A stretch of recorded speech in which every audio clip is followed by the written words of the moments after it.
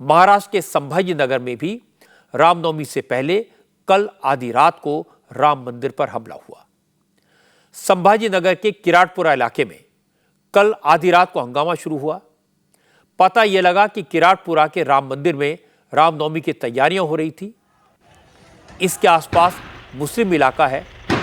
चूंकि तैयारी के सिलसिले में चहल पहल थी, लोग गाड़ियों से आ जा रहे थे, मंदिर से अनाउंसमेंट हो रहे थे। इसी बात पर दोनों समुदाय के लड़कों के बीच बहस होने लगी, फिर हाथापाई हुई और इसके बाद मुस्लिम इलाकों की तरफ से पत्थरबाजी शुरू हुई। लोगों ने बताया कि मंदिर पर पत्थरबाजी की गई और कुछ ही देर के बाद सैकड़ों लोग घरों से निकल आए, तोड़फोड़ करने लगे, गाड़ियों को आग लगाई गई, बम चलने लगे।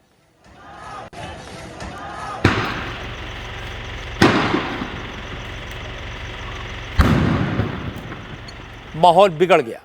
पुलिस पहुंची तो दंगाइयों ने पुलिस को भी नहीं बख्शा।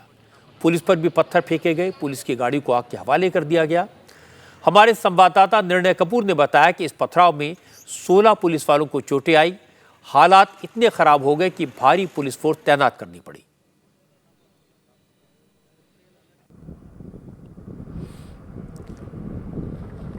इस मामले में पुलिस ने केस दर्ज कर लिया है।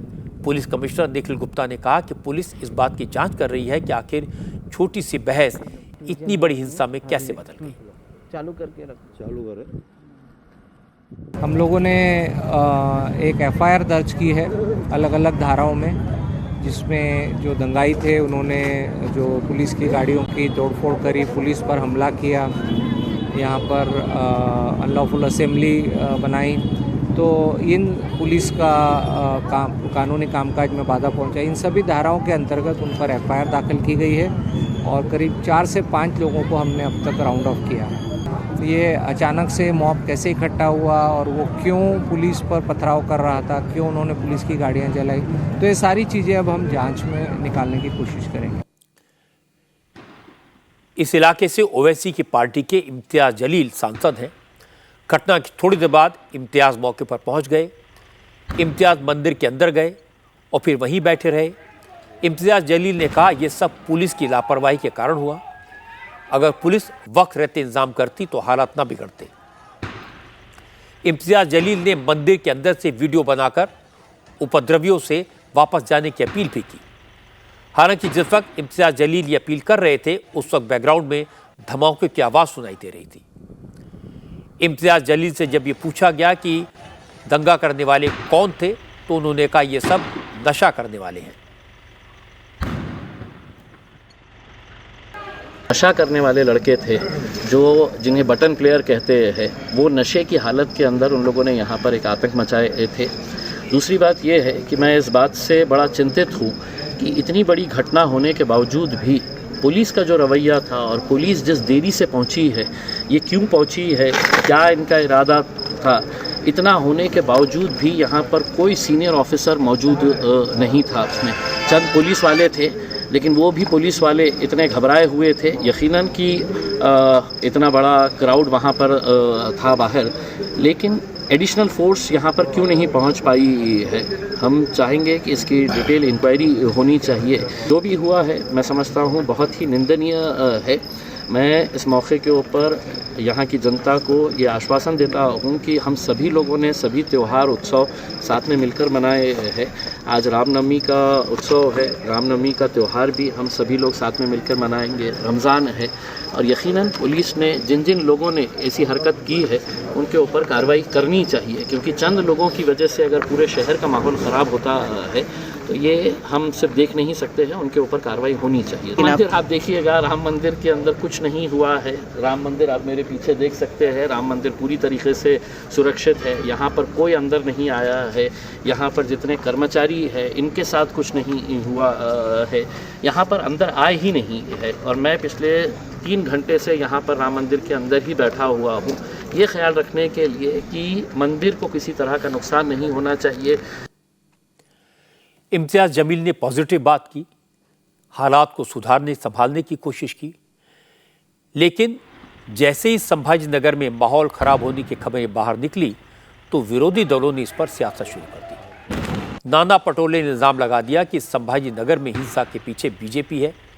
बीजेपी जानबूझकर जनता के मुद्दों से ध्यान भटकाने के लिए इस तरह की साजिश कर रही है। छत्रपति संभाजी नगर में जिस तरह से जो दो गुटों में नहीं तो दो धर्मों में वहाँ पे लड़ाई हुई है और इसमें बीजेपी का ही इन्वॉल्व है, क्योंकि आने वाले 2 तारीख को महाविकास आघाड़ी की वहाँ पे एक जाहिर सभा है, लाखों के तादाद में लोग वहाँ पे आएंगे और बीजेपी नहीं चाहती कि हमारा असली रूप, हमारा असली चेहरा सामने आए। क्यों मूल इशू जो है महंगाई, बेरोजगारी, किसान का इशू है, गरीबों का इशू है, इसको पूरा उन्हें इस तरह के कारनामे कर कर उस इशू को डाइवर्ट करने की जो कोशिश बीजेपी बार बार कर रही है, उसका असली चेहरा हम जनता के सामने रखने वाले हैं। बीजेपी संवैधानिक व्यवस्था को नहीं मानती है और जो छत्रपति संभाजी नगर में जो घटना हुई उसमें बीजेपी का इन्वॉल्व है। सरकार नहीं चाहती है, सरकार का दबाव प्रशासन पे है, ये बार बार हमने कई घटनाओं में देखा है। सरकार चाहती कि राज्य में इस तरह का तनाव बने रहे और अपनी पॉलिटिकल रोटियां सेकते रहे। नाना पटोले ने पॉलिटिकल रोटियां सेकी, इसमें बेरोजगारी, महंगाई सब कुछ घुसा दिया। लेकिन महाराष्ट्र के deputy chief minister Devendra Fadnavis ने कहा यह वक्त राजनीति करने का नहीं है। फडणवीस ने उन नेताओं से सोच समझकर बोलने की अपील की जो जानबूझकर लोगों को भड़काने वाले बयान दे रहे हैं। संभाजीनगरला घडलेली घटना, संभाजीनगर की घटना बहुत ही दुखद है। अभी वहां शांति बनाए रखने के लिए प्रयास जारी है, लेकिन कई लोगों की ये कोशिश है कि वहां भड़काऊ बयान दें जिससे माहौल और खराब हो। मेरा ये कहना है कि ऐसी परिस्थिति में नेताओं को कैसे और क्या बोलना चाहिए ये समझने की ज़रूरत है। इसलिए ऐसी स्थिति में कोई गलत बयानबाजी कर रहा है तो इससे बचे। सभी शांति बनाए रखें। अपने शहर में शांति बनाए रखने की जिम्मेदारी सभी नेताओं की है और अगर ऐसी स्थिति को भी अगर कोई राजनीतिक रंग देना चाहता है तो इससे ज्यादा दुर्भाग्यपूर्ण कुछ भी नहीं हो सकता है। तर त्यापेक्षा अधिक दुर्दैवी काहीच नाही। उद्धव ठाकरे कैंप के लीडर संजय राउत ने भी संभाजी नगर में हुई घटना के लिए सरकार को जिम्मेदार ठहराया।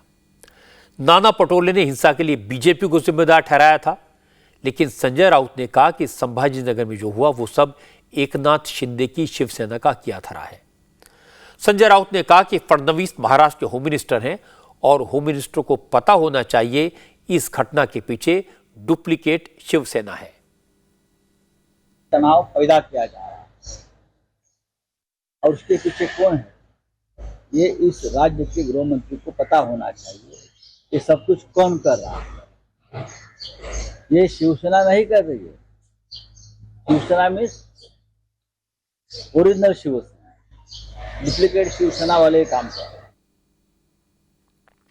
इसके बाद मुख्यमंत्री एकनाथ शिंदे ने भी रिएक्ट किया। शिंदे ने कहा उन्होंने डीजीपी और पुलिस कमिश्नर से बात की है। संभाजीनगर के हालात अब पूरी तरह काबू में हैं। शिंदे ने कहा दुख की बात है कि इस तरह की घटना हुई और लेकिन कुछ नेता उस पर सियासत कर रहे हैं। ये महाराष्ट्र के लोगों के लिए अच्छा नहीं है। मी पोलीस आयुक्त आणि डीजीपी बोललोय। सकाळीच ही पहाटेची घटना झालेली आहे आणि आता ते पूर्णपणे नियंत्रणात आहे। रामनवमी के मौके पर महाराष्ट्र के जलगांव में भी पथराव हुआ, हिंसा हुई। जलगांव में 2 शोभा यात्रा निकल रही थी। जब शोभा यात्रा एक मस्जिद के सामने से गुजरी तो कुछ लोगों ने विरोध जताया। कहा गया कि नमाज का वक्त है, इसलिए शोभा यात्रा में शामिल साउंड सिस्टम को बंद कर दिया जाए, लेकिन जुलूस में शामिल लोगों ने ऐसा करने से इनकार किया। इसी बात को लेकर विवाद शुरू हुआ और थोड़ी देर के बाद शोभा यात्रा पर हमला हो गया। पत्थरबाजी होने लगी, लोग लाठी डंडे लेकर निकल आए। इसके बाद सड़क पर गाड़ियों को निशाना बनाया गया, दुकानों में तोड़फोड़ हुई। हालांकि जलगांव में पुलिस ने फौरन एक्शन लिया, भारी फोर्स मौके पर पहुंच गई। पुलिस ने सीसीटीवी फुटेज देखकर कई लोगों को गिरफ्तार किया। जब एक डिंडी निकल रही थी उसी टाइम गाने बजाने के मुद्दे पे 2 गटों में भिड़न हो गई थी।